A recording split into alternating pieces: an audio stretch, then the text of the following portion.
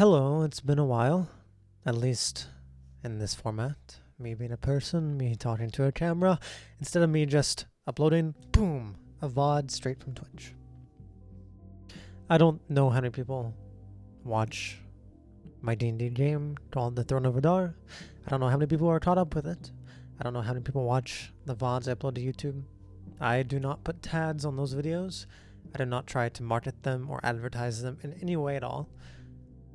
And looking at the views, not very many people watch them.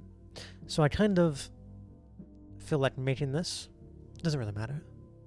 Most people probably won't see it.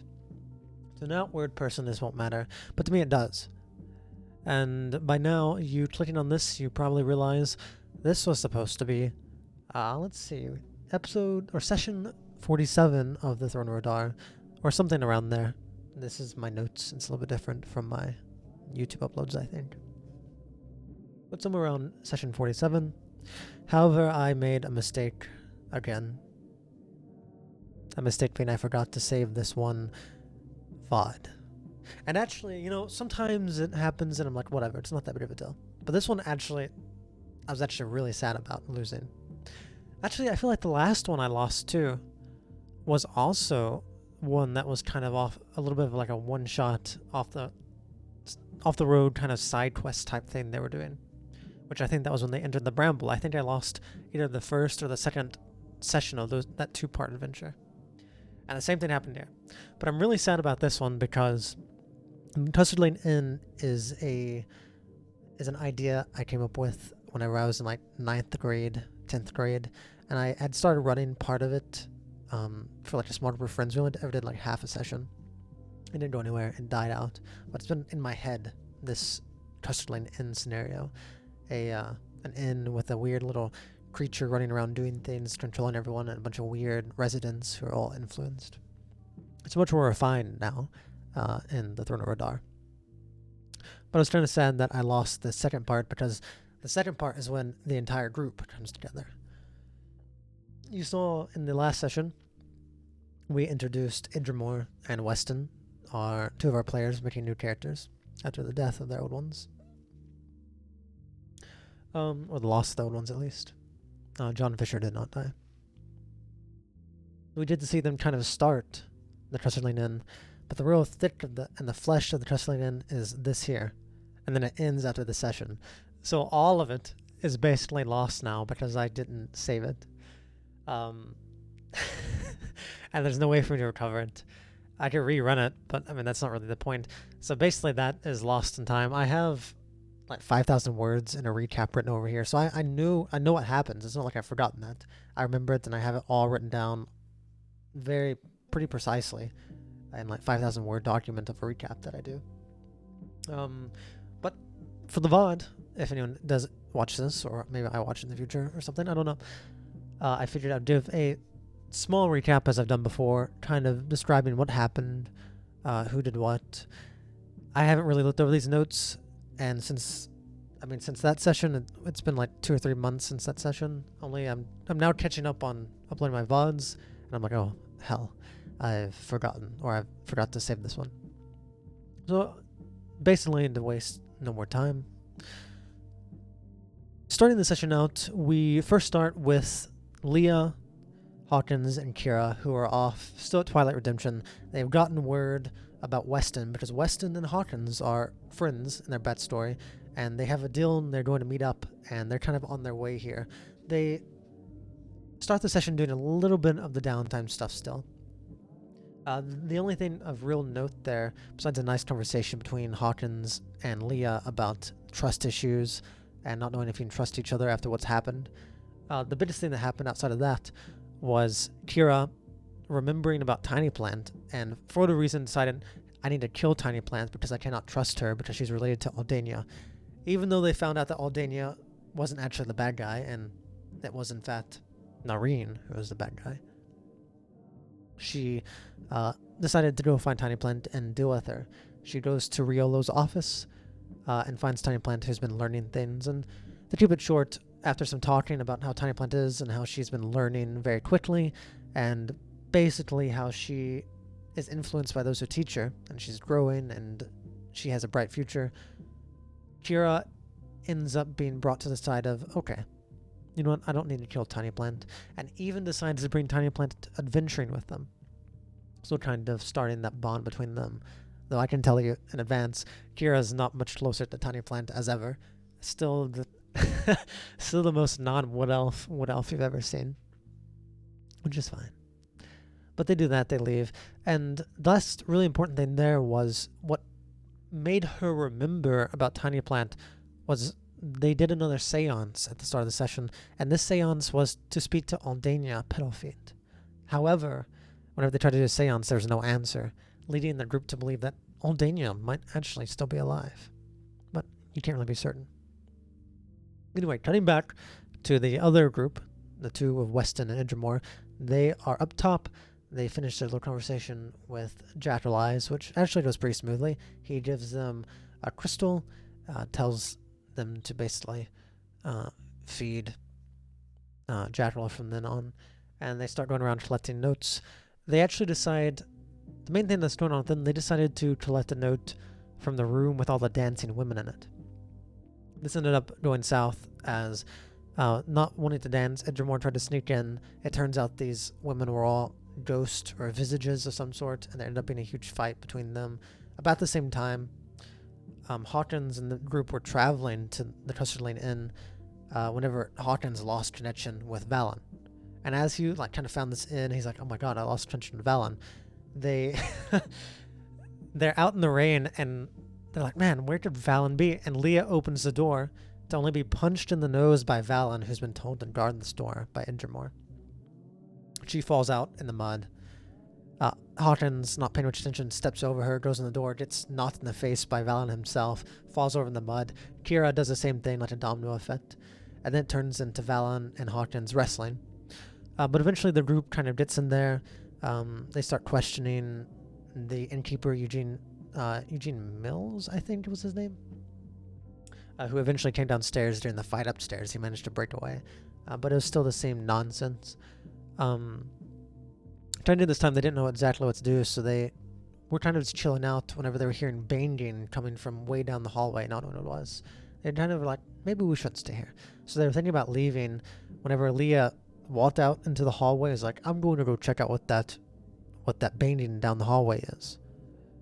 And as soon as she said that, she turns, and cinematically, the group of Hawkins and Kira are just looking at her. And then cinematically, she turns to start walking in the hallway as an owlbear runs out and basically tackles her. The owlbear, though, didn't last very long. It's a very nasty crit from a Hellish Rebuke. And then Kira, using the power of the thunderstorm outside, I believe, what was it? Call Lightning, maybe, was the spell? I don't know. Or whatever the third level druid spell is to use lightning bolts. And they basically just fried this owlbear. They destroyed it.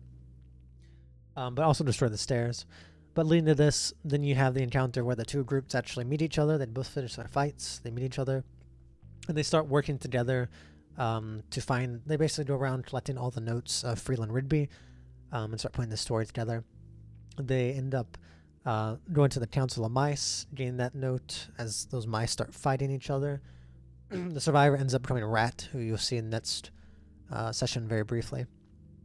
I think at the end of it, probably. But they just go around, they do all these notes, and then one of the things is they go in a room that's really dark, it's full of cobwebs, and they end up fighting a spider, and they find this note that's that talks about Freeland Rigby being afraid of spiders, and asking the Dreamwalker to get rid of that fear to test him. And he gets rid of his fear, so he goes and finds this cute little blue spider, who he kind of befriends. It's like, oh, this spider seems intelligent, which you can put together that giant spider is that small spider he originally found. So they kind of fight it, but it's a phase spider, so it ends up phasing out of this dimension, or at least this plane of existence.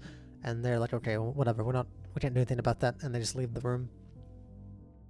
Then they go get some more notes. I'm not sure exactly what. Oh, then they go downstairs, check all the rooms. They go through. I'm not gonna go over all the weird people down there. Go through all the weird people. Upstairs, Kira had checked that lady who cut her finger off, or was cutting her fingers off to stay sane. They get downstairs, and they go back to the room where there is a man who just will not let them enter. And eventually they force their way in.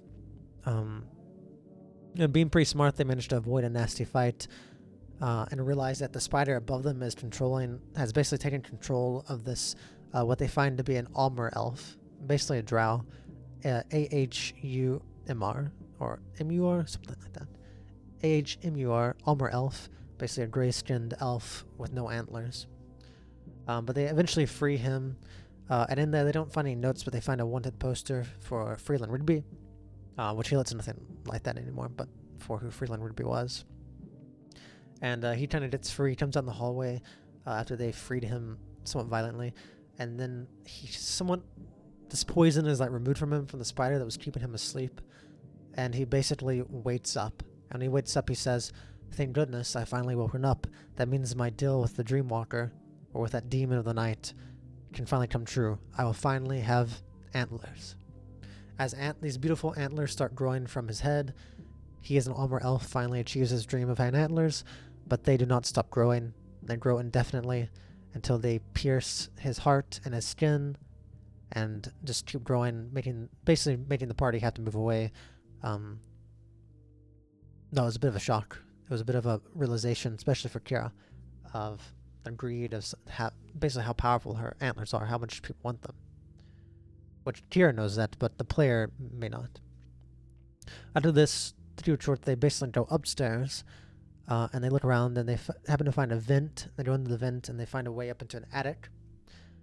And during this time, Idramor and Lee had been sending their familiars up and down these pipes all in this building. And they kept running into this little small leprechaun-like man who kept running them off or killing them. But eventually they realize, finding these pipes, that there's an attic, and they find their way to it.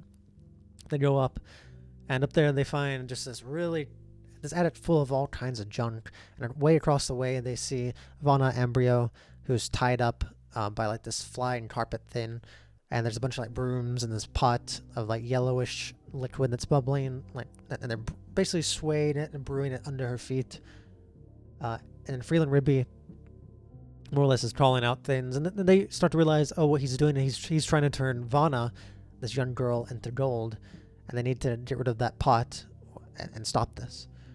So basically a giant fight starts out where Freeland animates all these objects up top, and they fight them. There's like upstairs, there's this big pipe that goes all the way around where he can stay hidden from them, but exit and shoot spells out wherever he wants.